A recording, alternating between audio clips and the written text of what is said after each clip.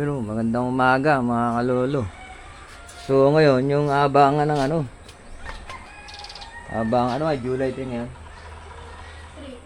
O July 3, Friday. So, abangan tayo ng ano. Ng ano, ang tawag dito.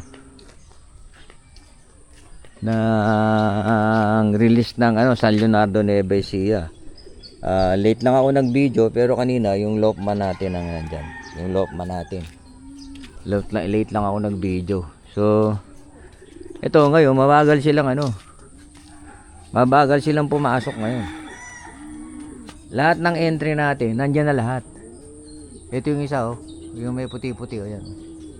At saka yung brown, yung brown oh. Isang brown, tapos isang brown, isang blue bar. Oh, yung 999, yung ano, yung 999. Yung 315 natin.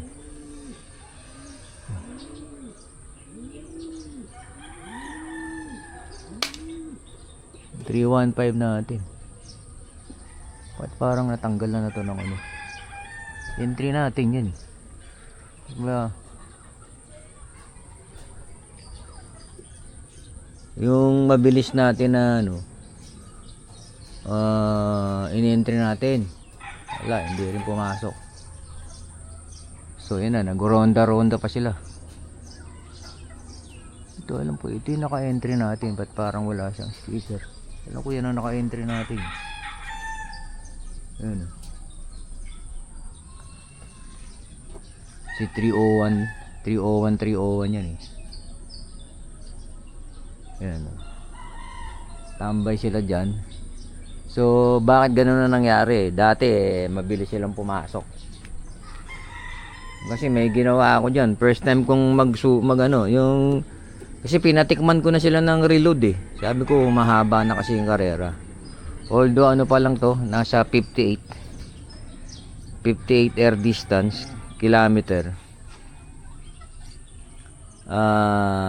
Nagpatikim na ako ng reload. Nag 3 drops ako. Hindi ko pa to pinakain kahapon, di ba? Binablog natin pagka hindi mo sila pinakain ng hapon, mabilis sila pumasok. So, hindi ko alam baka yung epekto ng ano, ng reload kasi nag-reload ako eh. Kasi mayroon naman nabibiling reload para sa kalapati. Yan yung brown ko, ayan oh, ayan oh.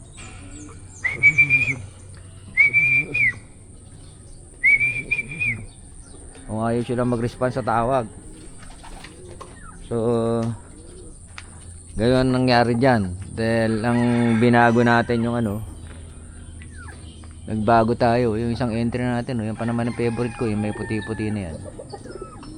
Ano yan, blue bar na may puti-puti. Parang blue bar splash. So wala naman, donation na naman tayo. Oh, buti pa to. Nauna pa tong isang ano, isang brown na to. Nauna pa siya dun sa isang brown. Oh, yung brown na yun, laging nauna sa kanya eh. Ayun, ninunahan pa niya pumasok. Ayun yung brown oh. Ayun oh. So tumambay sila dyan. Hindi ko alam kung anong nangyari. Pero ang ginawa ko lang kasi is nagpatak ako ng reload kagabi bago ko sila i-load. Hindi ko sila pinakain ng hapon. Tapos pinatakan ko sila ng reload, tika 3 patak. Bakit ganun na nangyari? Oh, ayun oh. Parang busog sila eh. Oh, parang kumain na sila. Hindi po ako kumain ng hapunan yan eh. Hapon nga ng hapon, gutom na gutom sila, hindi ko pinakain eh. Ayun oh. Pati yung ano, yung pinakamabilis natin na ano, hindi rin pumasok. Nandiyan di sa labas. Na blue bar. Oh, meron ano yun eh. Yung ito pala yung naka-entry ko sa ano eh. Yung blue bar na yan, naka-entry yan sa ano. So itong mga to, gutom na nga eh.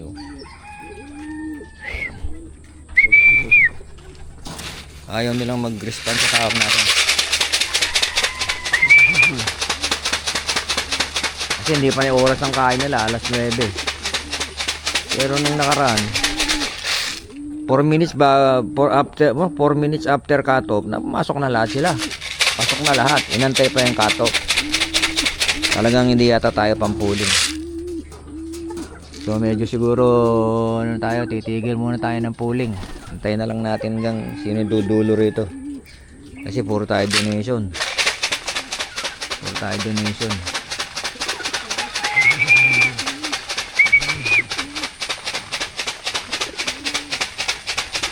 Ayaw nila mag-response. Oh.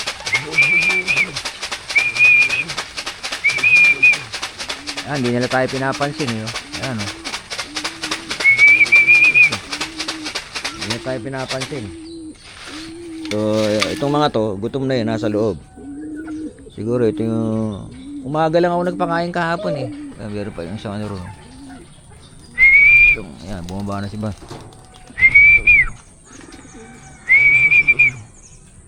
Ayun, no? Bumalik pa ron. Kala ko bumaba na, bumalik pa. Ilan ba na dyan? 8. 8 yung nasa labas. Dito sa landing board, isa yung nasa landing board. Check natin. 8 siyam. Dito. Kung gusto sa loob, 8 siyam 10, 11 12, 13. So plus siyam sa labas 22. Check natin. So kulang pa tayo ng 4. Hindi, meron pa ron, oh.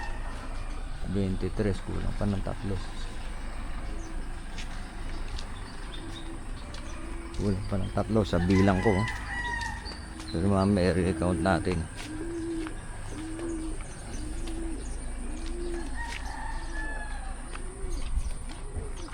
Aray ko. Tangilid yung... Ay, meron pa palaro, no? Oh. Bali, ano dun? 5 sa taas. Kompleto na. Kompleto na tayo. Kaya lang kaya pumasok. Yung isang entry natin, ano dun sa landing board, oh. So, yung kompleto na tayo, oh.